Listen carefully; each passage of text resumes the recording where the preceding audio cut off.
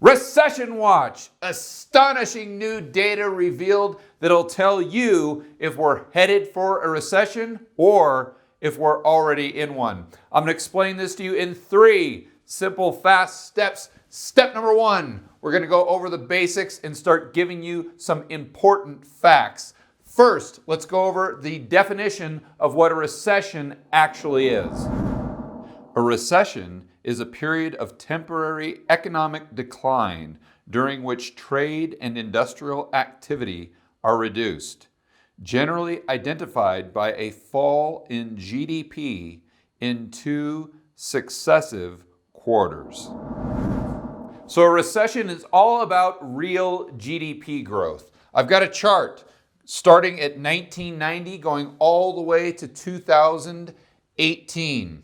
Our GDP growth goes up to 4% and down -4%. In 1991, we had a small recession, and then it bounced right back up with the internet boom. The GDP went through the roof. We had another recession when the dot-com bubble burst. It went all the way in, but Greenspan dropped interest rates, started injecting money into the system. That created the housing bubble, which made the GDP go up for a while, but then, as we know, came crashing down to almost a -3 in 2009. It bounced right back up, but I want to point out that in the last 13 years, real GDP growth, according to the government, has not got above 3%. And it's very important that we differentiate between real GDP and nominal GDP. Why, do you ask? Well, let me explain that by pulling up a chart of Venezuela's nominal GDP over the last couple years. We start with the nominal number and we subtract inflation. That's what gives us the statistics the government uses. The problem is we have to rely on the government to give us the rate of inflation. So if they understate inflation, if inflation is actually greater than what they tell us, that brings down GDP substantially. And you may be saying, well, George, how much is substantially? Let's go to a chart from Shadow Stats to find out. Shadow Stats looks at the way inflation was calculated by the government prior to 1990 and uses today's numbers to determine what real GDP actually would be if the government's measurements of inflation stayed consistent. In 2019, it would have gone from a +2 down to a -2. And if a recession is measured by consecutive quarters of negative GDP growth, according to Shadow Stats, the United States has been in a recession since 2005. And of course, the rebuttal from your friend and family member Fred is going to be, yeah, I know, but Shadow Stats, you can't trust those numbers. They're all rigged. That's a libertarian website. Okay, fine. Let's go ahead and compare the CPI to your own personal CPI. What I mean by that is ask yourself, how much have the prices of what you buy on a daily basis gone up over the last few years? Housing, food, energy, healthcare, tuition. Has your inflation rate increased more than the government is telling us at 2%? Leave me a comment below. I want to know what your personal CPI is. Let's just say that the real rate is 4%. Remember, we haven't been above 3% for 13 years. So if we subtracted an additional 2%, that would take us down to a 1% GDP growth rate. And you may be saying to yourself, yeah, George, but that's still positive. We're not in a recession. Oh, but wait, there is more. Let's go over the price deflator. The number the government uses to bring nominal GDP down to real GDP actually isn't the CPI. It's the price deflator. So the lower this number is, the lower the rate of inflation that the government admits to, the higher GDP looks. And if you had to guess as to whether or not you think the price deflator is less than the CPI, what would you guess? Editor, let's throw up the chart. According to the Bureau of Labor and Statistics, the GDP price deflator is not only less, it's way less. So what that means is even if we did use the CPI, that would most likely take us from positive growth to negative growth. And if you're telling me in the comments that the real rate of inflation is even more than the CPI, that would just take us even further into the red. Step number 2, what about the unemployment rate? How can we be in a recession or headed towards a recession when the unemployment rate is at all-time lows? Let's check out another chart from Shadow Stats. Starts at 96, goes to 2016, but I added on a little bit, so we go to 2018. 5% unemployment rate all the way up to 25%. The government themselves measures unemployment 2 separate ways. U3 unemployment, which is this red line, and that's the headline number. So when you hear unemployment is 4% or 3.5%, they're using U3 data. U6 is the black line. The Shadow Stats unemployment rate is the blue line. And it really starts in 94, plummeting down. That's very key. More on that later. Flattens out in 96, goes back up after the dot-com bubble bursts, goes back down when we have the housing boom and we're injecting all that funny money into the system. Then it skyrockets at the great financial crisis. Everything crashes. And since then, the unemployment rate has continued to go down according to the government, where now it's at an all-time low. What is the difference between all these statistics? The government only includes people who have looked for work within the last 4 weeks in the U3 number. The people who haven't looked for work in the last 4 weeks, but have looked for work within the last year, are considered discouraged workers, and they're included in U6.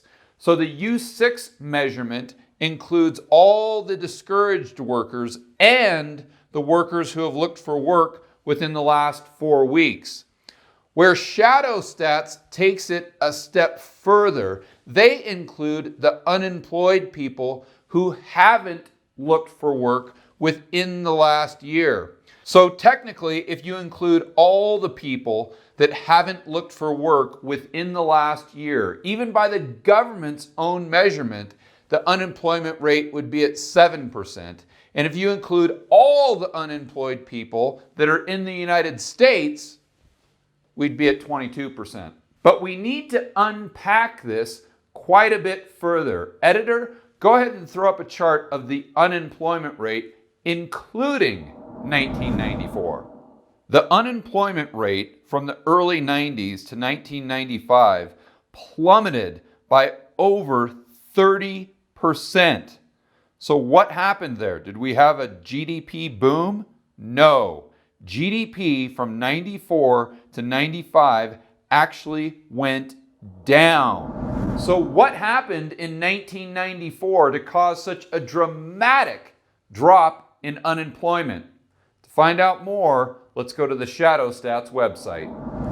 The broader Shadow Stats unemployment measure includes an estimate of all discouraged workers, including those discouraged for 1 year or more, as the BLS, Bureau of Labor Statistics, used to define and measure the series more broadly before 1994. So what the government did is they looked at their unemployment number and said, 10%? Yeah, we don't really like that. We're going to go ahead and move the goalposts to now that same 10% unemployment number is 5%.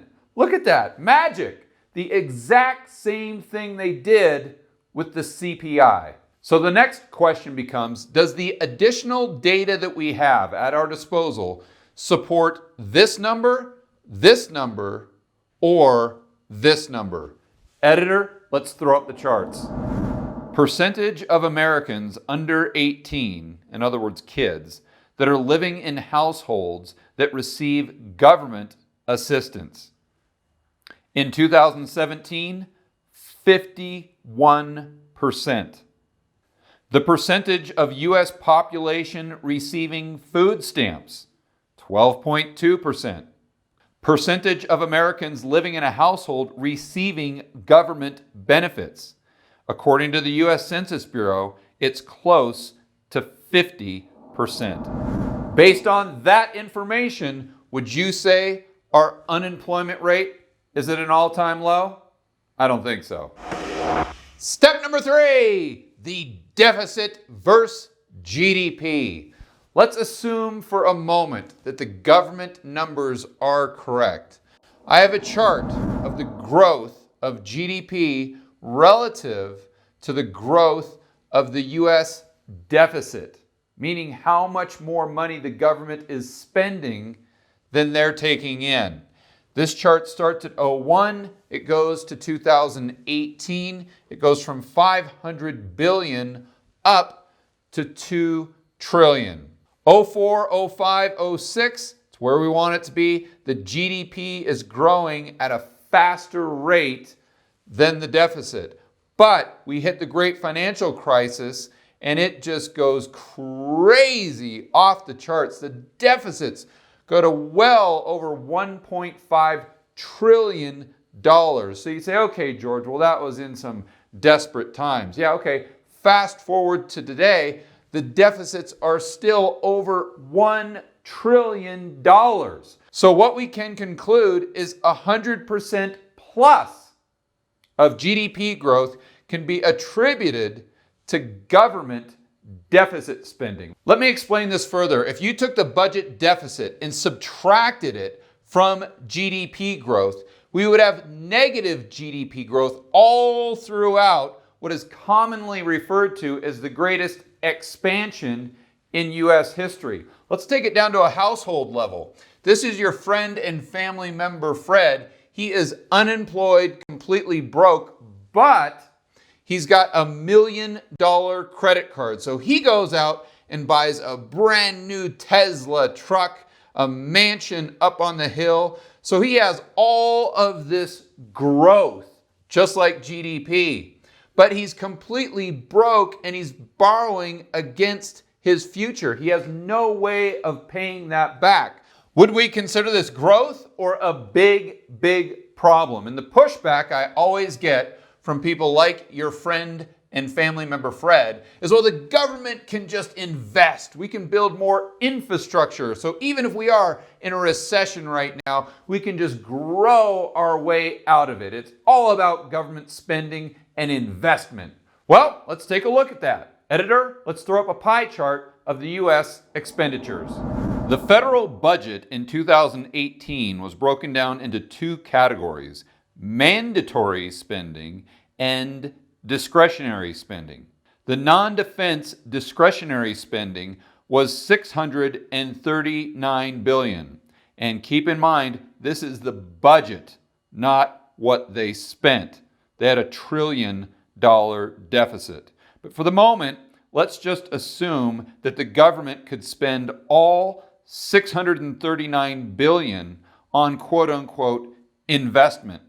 Let's assume they made the best investment possible and went out and bought Amazon.com. They got it on sale because currently the market cap of Amazon is $923 billion. But let's just assume they were able to pull off that deal. Great. How much money would they collect per year for that incredible investment? Well, last year, Amazon's profit soared to a record high of $3.56 billion, under 1% of the government's annual deficit. And I understand it's an unrealistic example. The government's not going to go out and buy Amazon. They're just going to over-regulate them and then just take them over. But my point is that there's no way the U.S. can grow or invest their way out of this problem. So what is the solution? You may be asking yourself. Well, I actually know. All they need to do to achieve that economic growth is just continue to move the goalposts. Do you think we're headed for a recession, or we're in one right now based on this astonishing new data and information? Let me know in the comments below. And for more content that'll help you build wealth and thrive in a world of out-of-control central banks and big governments, check out this playlist right here, and I will see you on the next video.